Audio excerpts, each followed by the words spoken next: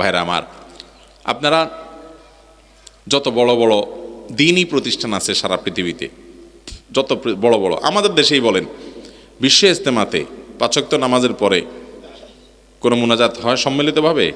যার দোয়া সে করে। কাকরাইল মসজিদেও নাই। হাটহাজারী মাদ্রাসা বাংলাদেশের সবচেয়ে বড় মাদ্রাসা, সেখানেও কিন্তু নাই। মক্কা মদিনাতে নাই। বড় বড় আলিয়া মাদ্রাসা জামিয়া কাসেমিয়া নরসিংদীতে যান, নাই। তামিল্লাত মাদ্রাসা নাই।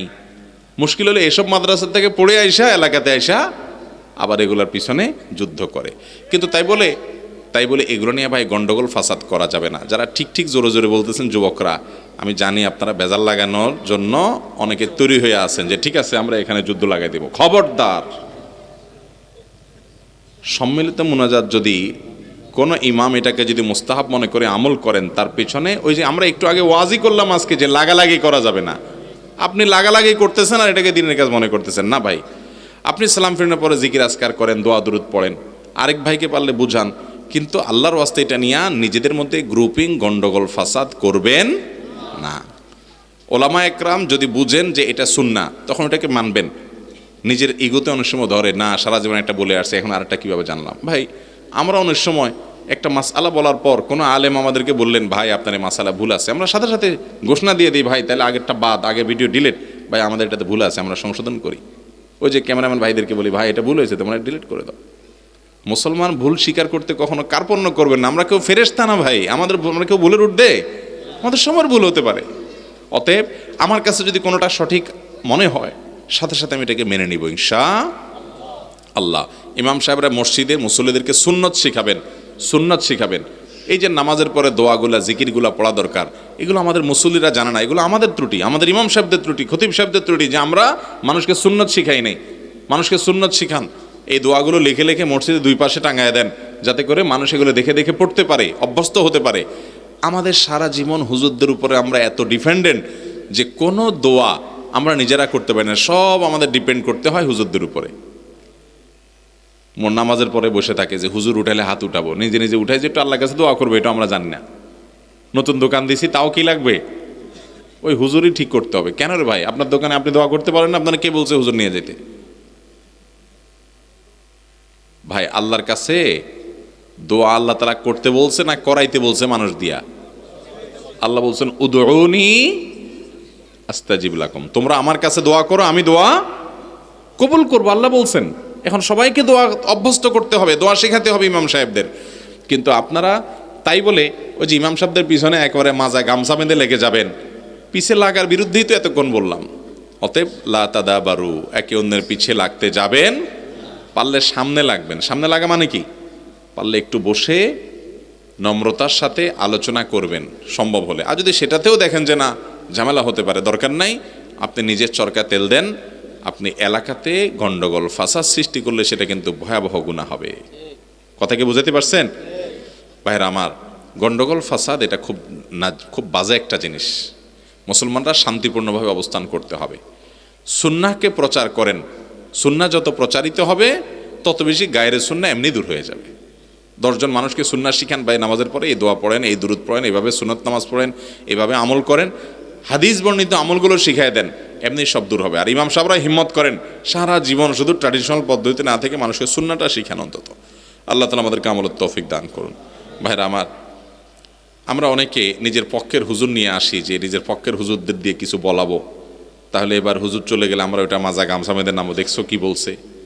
ভাইরা আমার, এগুলো সবই বেশিরভাগ ক্ষেত্রেই নফসের পূজা, প্রবৃত্তির পূজা, দিনের খেদমত হয় না। এটা হলো নফসের পূজা, যে আমি যেটা বুঝছি এটার পক্ষে লড়াই করে সংগ্রাম করে একটা গন্ডগোল লাগুক ফাসাদ লাগুক তাও আমি করেই যাব, এই আন্দাজে এবং আন্দাজ ঠেলাঠেলি করবেন না, ঠিক আছে তো ইনশাআল্লাহ।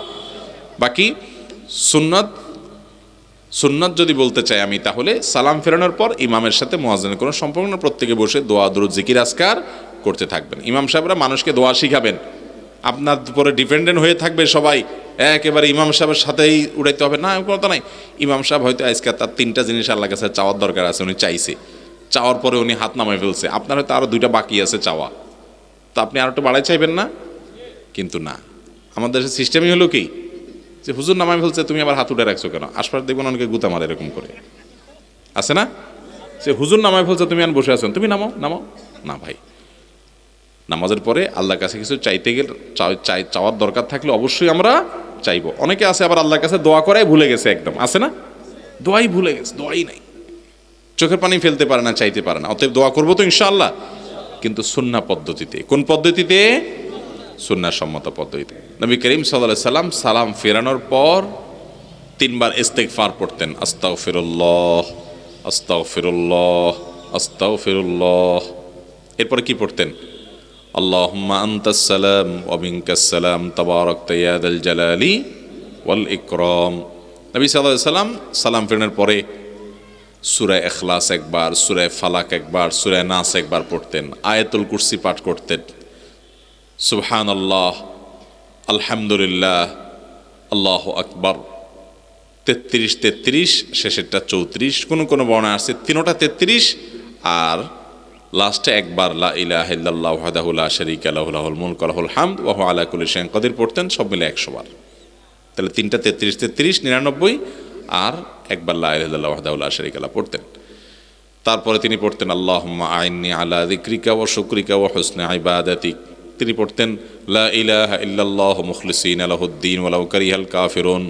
তিনি পড়তেন লা ইলাহা ইল্লাল্লাহু ওয়া লা না'বুদু ইল্লা ইয়্যাহ লাহুন নি'মাতু ওয়া লাহুল ফাদলু ওয়া লাহুস সানাউল হাসান।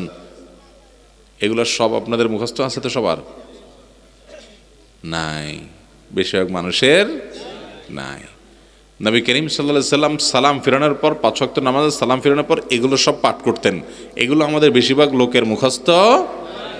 আমরা ওই রেডিমেড মুনাজাত শিখছি, রেডিমেড মুনাজাতটা আমরা ভালো জানি, কিন্তু এই দোয়া জিকির দুরুদ যেগুলো নবী করিম সাল্লাল্লাহু আলাইহি ওয়াসাল্লাম সবসময় পড়তেন, পৃথিবীতে একজন আলেমও পাওয়া যাবে কিনা সন্দেহ যে এটার ব্যাপারে সন্দেহ করে, কারণ সব হাদিসে আছে যে নবী সাল্লাল্লাহু আলাইহি ওয়াসাল্লাম এগুলো পড়তেন। যেগুলো নবী করিম সাল্লাল্লাহু আলাইহি ওয়াসাল্লাম পড়তেন সেগুলো আমাদের জানা নাই, সেগুলো আমাদের জানা নাই, আমরা জানি রেডিমেড মুনাজাত। ভাইরা আমার, নামাজের পরে দোয়া কবুল হয়। নামাজের পরে কি হয়?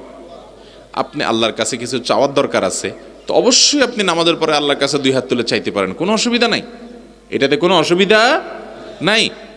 নারী হোক পুরুষ হোক যে কেউ নামাজের পরে তিরমিজির বর্ণনা অনুযায়ী 2 সময় বান্দার দোয়া আল্লাহ তাআলা কবুল করেন। এর ভিতরে একটা হলো জাওফুল লাইল, আপনার ভোর রাত, আর একটা হলো দুবরা কুল্লি সালাত, প্রত্যেক নামাজের পরে।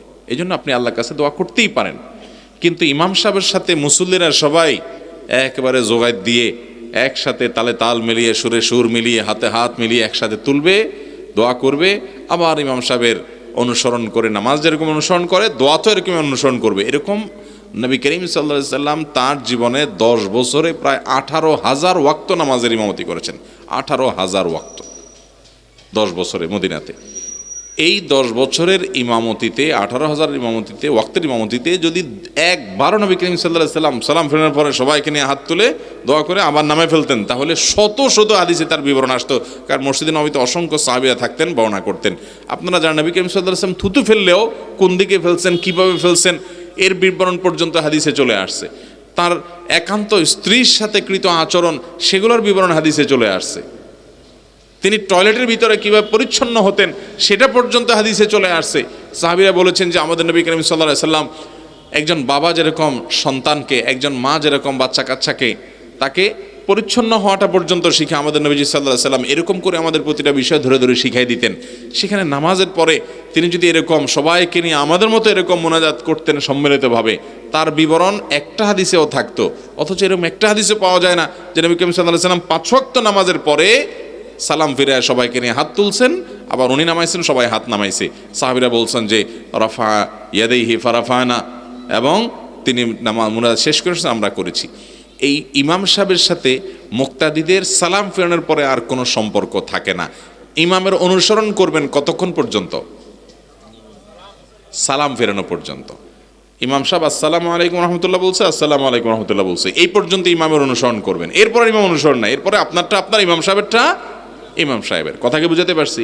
ইমাম সাহেব দোয়া করতে পারে, আপনি দোয়া করতে পারেন, ইমাম সাহেব জিকির আজকার পড়তে পারে, সুন্নাত নামাজ পড়তে পারে, কোনো কাজে বাড়িতে গিয়ে সেখানে পড়তে পারে।